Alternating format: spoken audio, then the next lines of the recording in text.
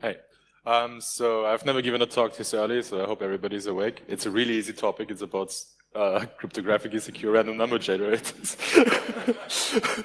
So yeah, it's probably the best topic to start it early in the morning. I'm an independent consultant for IT security and large-scale distributed systems, so HPC installations, web clusters, and the like. On the agenda, there's a different title for the talk. Unfortunately, I use this one because it's it fits the talk more. There used to be like just to explain why it's called because random isn't everything. There used to be this really well-known, or there still is around, blog post by Thomas Pacek, a cryptographer from Matasano and later on different companies. About why you should always use def random on a Unix or a Linux system. I'm going to go into some details why this isn't always true. In general, it's true, but there are corner cases, and there is a lot of things that people seem to still get wrong when they're dealing with RNGs. Okay, so easy intro. Why do we need to random? Why do we need random numbers? You need to randomize stuff in your operating system or in your programming language. The easy and probably not best example is the CMAN page for round, or Python US urandom, where you get the urandom device. One example would be TLS session cookies. These are randomized. Session tickets, sorry, not session cookies. Then there is key generation, for example, for RSA keys and for Diffie-Hellman. Another example would be string cookies in your TCP stack on your operating system. And a really bad example is bash random, which will output a couple of random numbers. So what is a CSPRNG? Cryptographers usually talk about a CSPRNG, which is an acronym for cryptographically secure pseudo-random number generator. Most of you would still call it an RNG or random number generator. To keep this talk not too verbose, I will probably call it RNG or random number generator during the talk as well. But most crypto nerds, in my experience, tend to call them CSPRNGs. I don't really care what you call them, as long as they're secure. And as long as it's a secure construction. I need to see my own slide. So they are widely implemented in operating system kernels, obviously. As you've seen on one of the last slides, you need them for very basic things or very, very important things like TCP and TLS, either in user land or in the kernel. There's no TLS stack for the kernel, by the way, on Linux. So on Linux, this would be the def urandom device. The man page has been wrong for years. And this is the reason why there's been a lot of discussion, either in implementations, in programming languages, or within the Linux kernel developer community. So the man page has been fixed, I think, late last December. It has been wrong for more than 10 years. And it's just the basic things about how entropy is gathered in the kernel and how it's used and how you actually get information about entropy that is available that's wrong in there. There have been many myths about what you should actually do to achieve better boot time entropy on embedded systems and even on a large server farm if you clone instances. And there have been many really bad approaches to that. For example, Canonical had a script that was called Pollinate. It was just basically a bash script that would seed instances for, like Juju is their stack for large server deployments. And they would just seed over HTTP with stuff you could intercept. So you like somebody that was able to intercept traffic on the I'm really tired. On the hosting network could just easily modify the seeds of every instance that would be cloned. And that was, for example, a reason why they did that. Like there used to be interfaces exposed to the user that would show you a number about the entropy that is available in the system, but it didn't really matter what the number said. It was usually more than enough for everything that was going on right after the first boot up, like after the first couple of seconds. For FreeBSD, the device is def random, like either urandom or whatever random. It always links to def urandom. It has been the same implementation for a long time. They had a problem with it in my development branch where they fucked up AS and I instructions, basically the RDC process where they were gathering entropy from modern Intel processes was broken in one branch. I don't think it was an active release branch. It was a development branch as far as I remember. There's been some news, like they replaced the RC4 algorithm with an in-kernel secure random number with JARJAR20 through an API. That's basically, they basically copied that from OpenBSD as far as I remember. On Windows you have RTL gen random and another syscore. And in programming languages, you have different functions exposed. For example, in Python, you have via import US, you have urandom. In PHP, you have rounds, which isn't really secure. Maybe in newer versions. There have been some bad bugs for a long time over the time. Obviously, you had Debian predictable keys, which was due to a userland error. Where one of the Debian developers was trying to fix a val grind, so a memory issue, and by accident messed with the random number generator.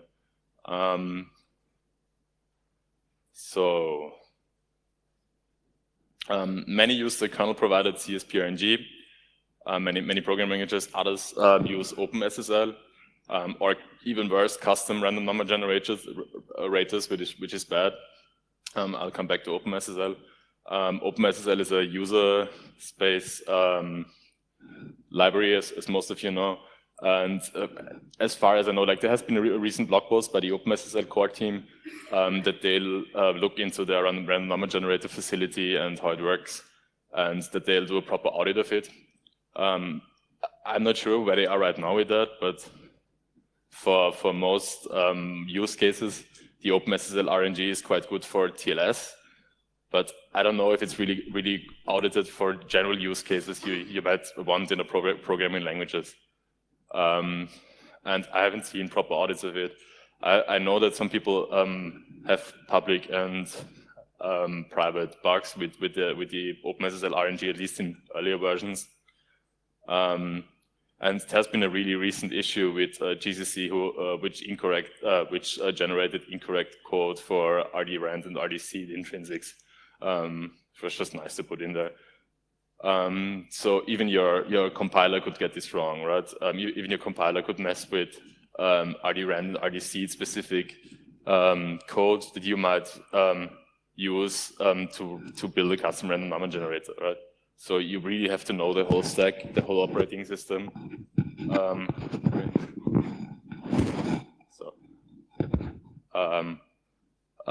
To get this right. So some history, yeah. The def and def urandom devices have been used for used to be really old code, and originated by Ted Zwo in the Linux kernel, at least in the early 90s.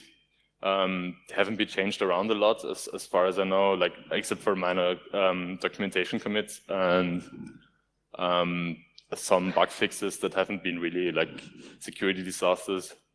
Again, the mem page has been wrong for a really long time and was only fixed last December. So the mem page was the reason why many people have this wrong understanding about kernel entropy and what it means. Sorry. And like there's also this myth that comes from this mem page that you should use tools like HEFGHE or other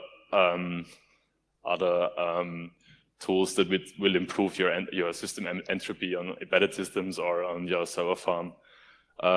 This can actually make things worse depending on what you use and which platform you're on.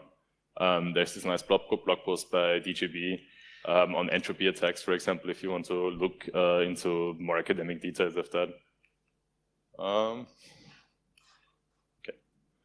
So the old kernel implementation in Linux up until 4.1 or something like that was mixing different pools of interrupts. And it was quite complicated to understand even for well-versed C programmers, in my opinion at least.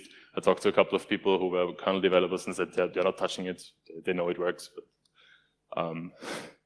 they don't really know how it works. It worked, as far as I know, without large incidents, probably because of pure luck, and some of the researchers that looked into it just gave up, as far as I know. I talked to a couple of them. They said, yeah, it's just not that interesting of a topic to work on.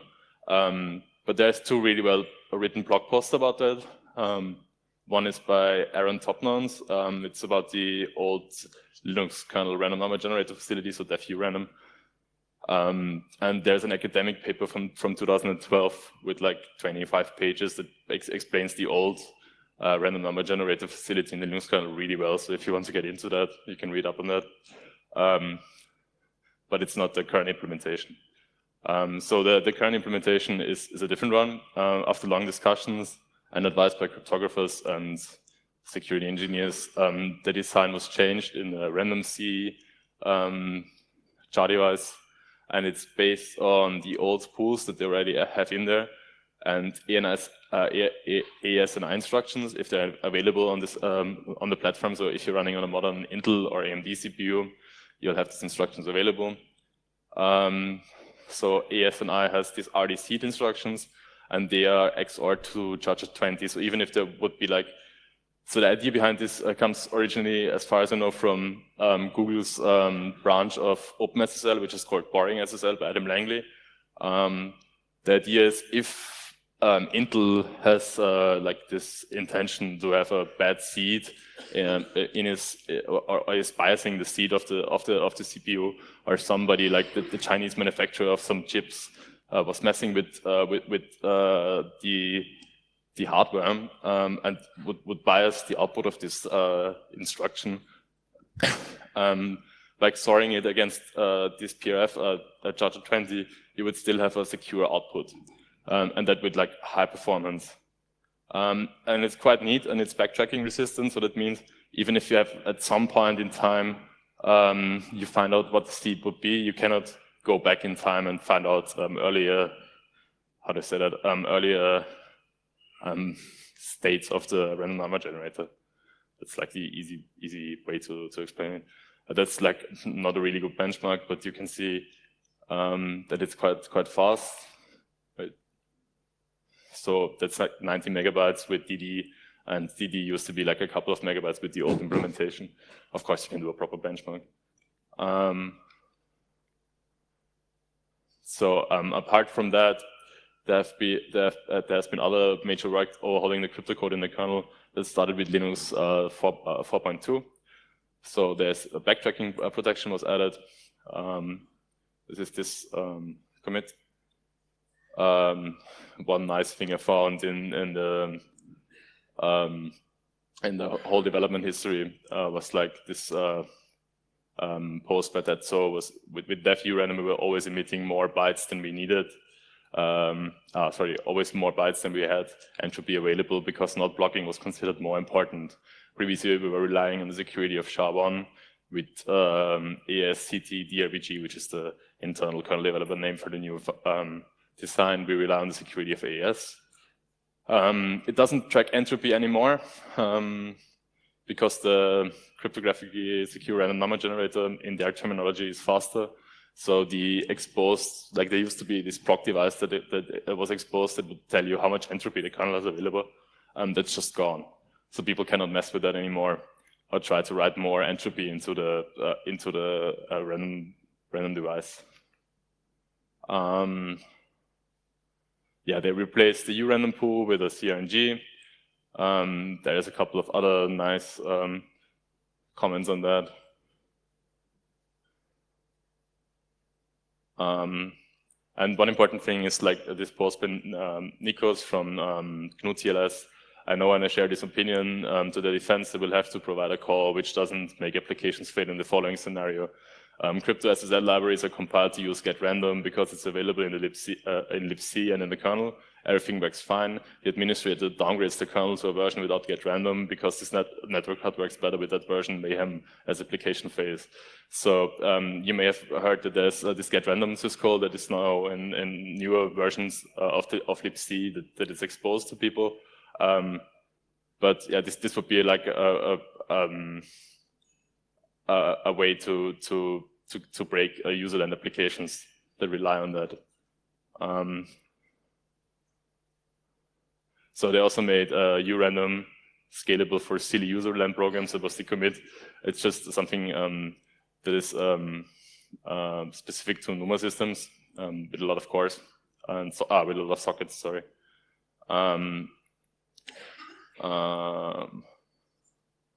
So yeah, and the myths in the man4 rampage were finally corrected.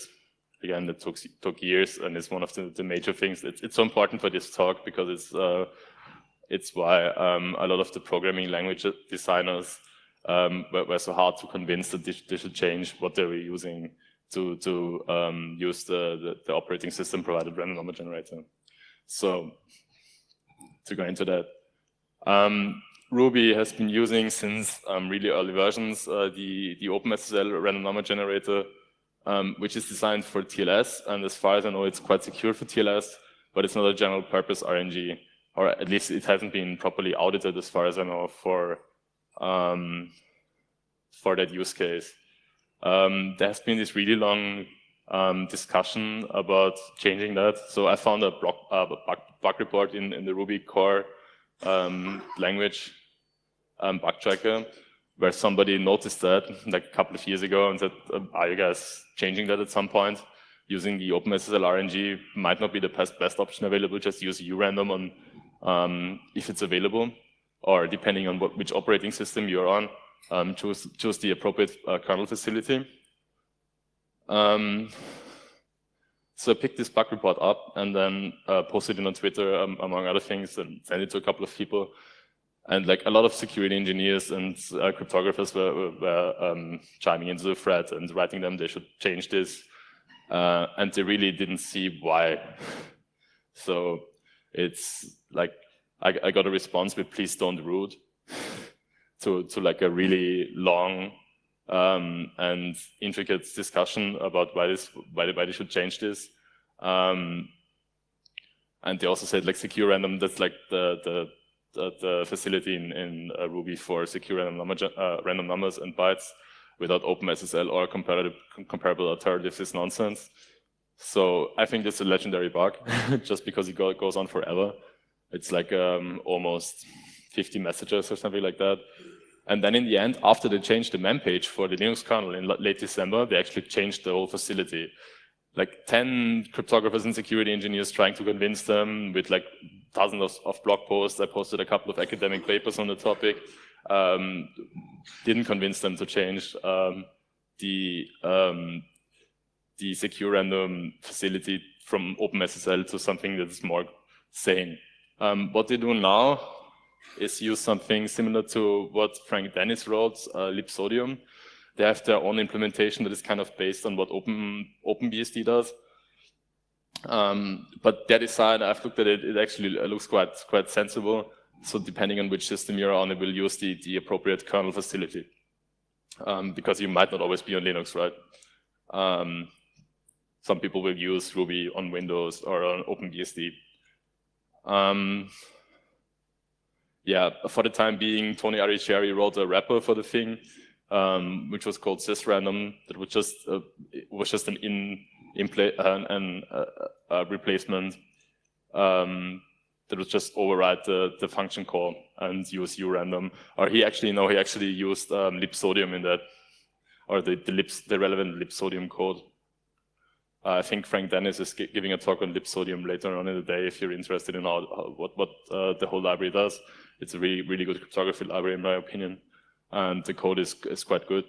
There could be more comments, but apart from that, it's very readable. So Node.js is a similar story to Ruby. There has also been there's a bug report on GitHub for the same thing. with a couple of hundred messages. It's at least 200 to 300 messages with normal users that have no idea of the topic, just writing something like, this guy is right because I like him. So the whole thread is completely useless by now. I just gave up on it. I don't think they're changing that. The latest comment when I looked into it was that OpenSSL landed a commit to use a different DRBG, and yeah, we can use that. So yeah, they think it's best to use OpenSSL for the time being. Node.js, for example, has their own tree of Node.js has their own tree of OpenSSL in their code. So all of the libraries they depend on, they just take a snapshot of and will have a copy in their own tree, which they maintain. So they have their own version of OpenSSL they need to maintain for that, just for some basic function calls like random. In my opinion, that's like an extra burden for a programming language to have. Like, you have to maintain your own version of OpenSSL you're depending on. They also do that for other libraries, by the way.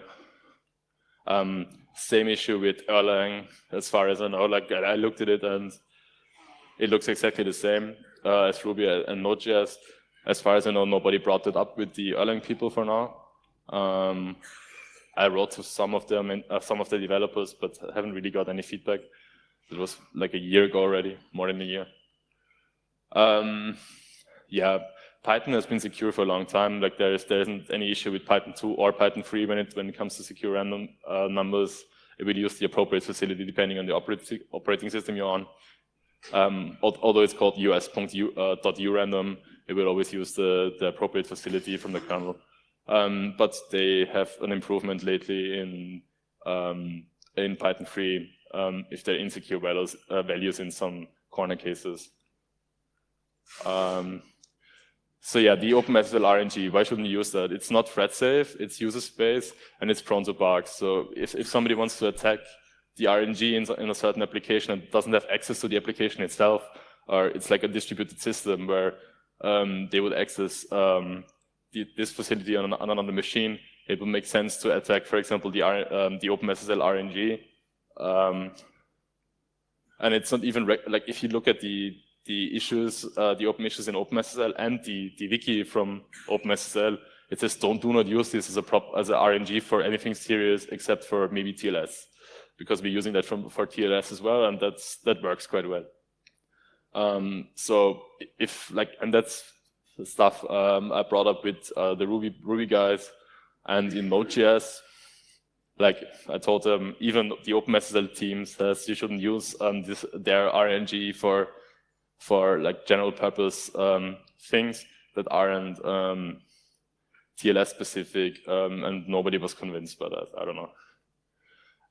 Many people bring that up. There is this tool that is called Hack.lu that has been around for, I think, more than 10 years, 15 years. So somebody brought it up recently in a discussion of a crypto mailing list again. Why you should or should not use Hack.lu to improve your entropy and your randomness on your system. Like, that's what they thought. So one guy was brave enough to mail all of the 10 core maintainers of Hack.lu, out of which one replied, and most of the mail accounts were bouncing. The one maintainer that replied from Hack.lu told us he hasn't looked at the code for more than 10 years. He's sure that it's quite secure still. But it's completely unmaintained. He didn't say that, he said it's secure still. He thinks like the general way it works should still work. Then I looked at the code and at the early papers, and most of the facilities are designed for old Spark systems. So they'll use specific interrupts to from Spark CPUs or earlier Intel CPUs. There are no current security contacts. There has been no security audit of the code except for the one in the original academic paper by the original authors, and it doesn't really improve any security at all. It might even bias your entropy even more. So people come back to me, like I've given a similar talk at SHA. And people were coming up in the Q&A afterwards, what about embedded systems? Why shouldn't we use Hack.GAG on there? So ideally on an embedded system, the manufacturer that puts out a device would have a kernel developer that adds the appropriate codes to get proper randomness for a certain device into the Linux kernel, depending on what an embedded system exposes or what facilities it has. Like if it's an embedded system without a network card, without a real-time clock, yeah, that's bad, but Hack.GAG won't make a difference there. And I think I only have 5 minutes left, and that's it. So questions. Sorry, I'm still very... So, any questions? I know it's really hard at this time of the day to ask questions. The first person to ask a question gets a bottle of Mata. No? No takers? No? It'll wake you up. Yes, there you go. Question at the back.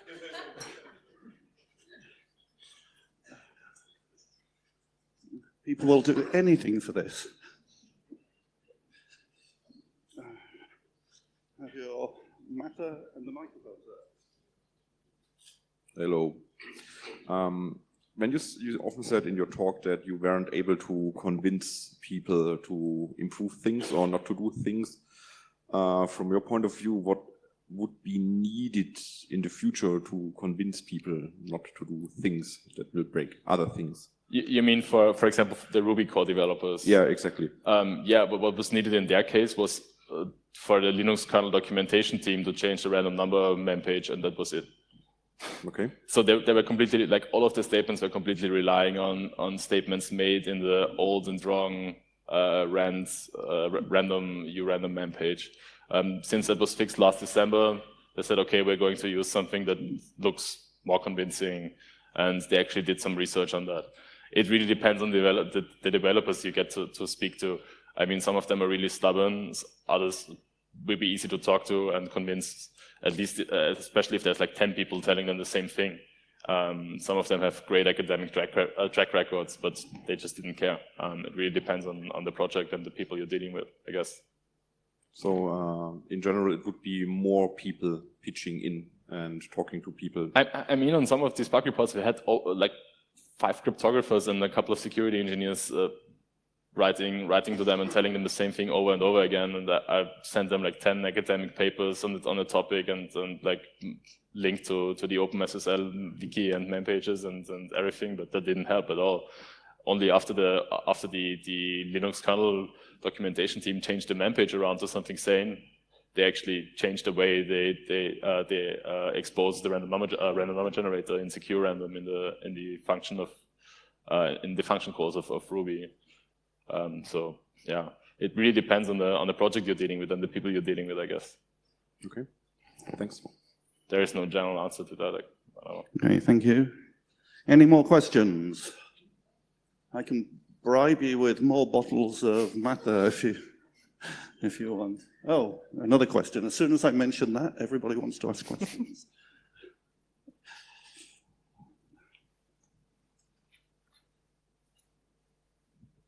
Can I choose the type of bottle?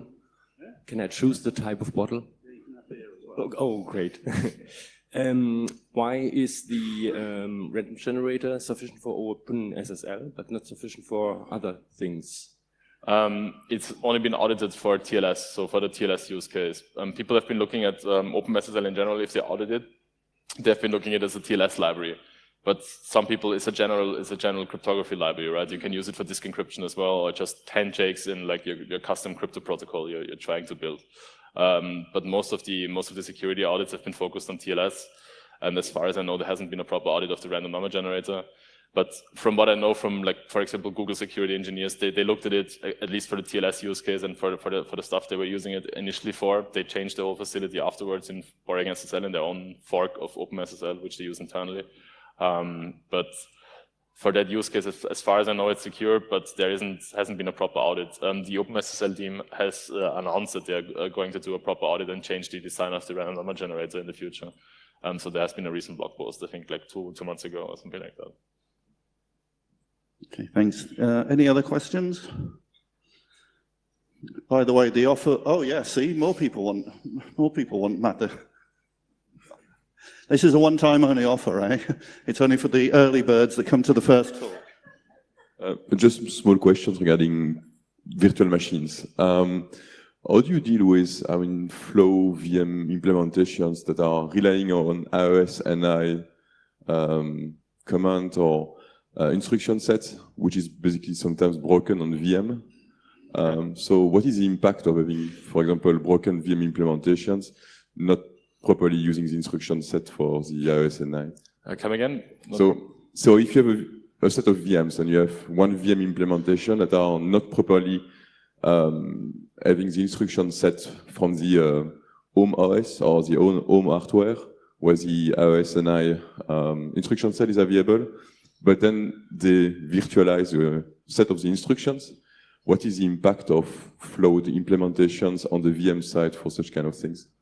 I still didn't get you, sorry. Okay, we can talk about it later on if you want. But you're asking about virtualized environments and ASNI? Or? Yeah. Okay.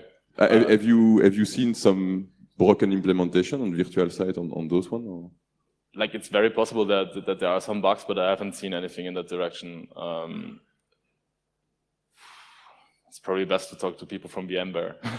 Okay, thanks. But we can talk about it later. Like, there's probably stuff on the topic around, but I'm not sure right now. Yeah, I try to find some stuff, but it's very obscure, and sometimes you find indeed some bugs, and it's not very clear on the VMware side and so on. So, like, if you have, I mean, one of the common bugs is if you have VMs and you clone an instance and you have the same seed already on the system, then yeah, obviously it's an issue. But that's kind of fixed in most of the distributions, at least by now, due to various facilities in the user lab.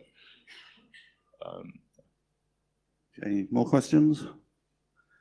Okay, well, thanks. Please give Aaron a very special early morning round of applause.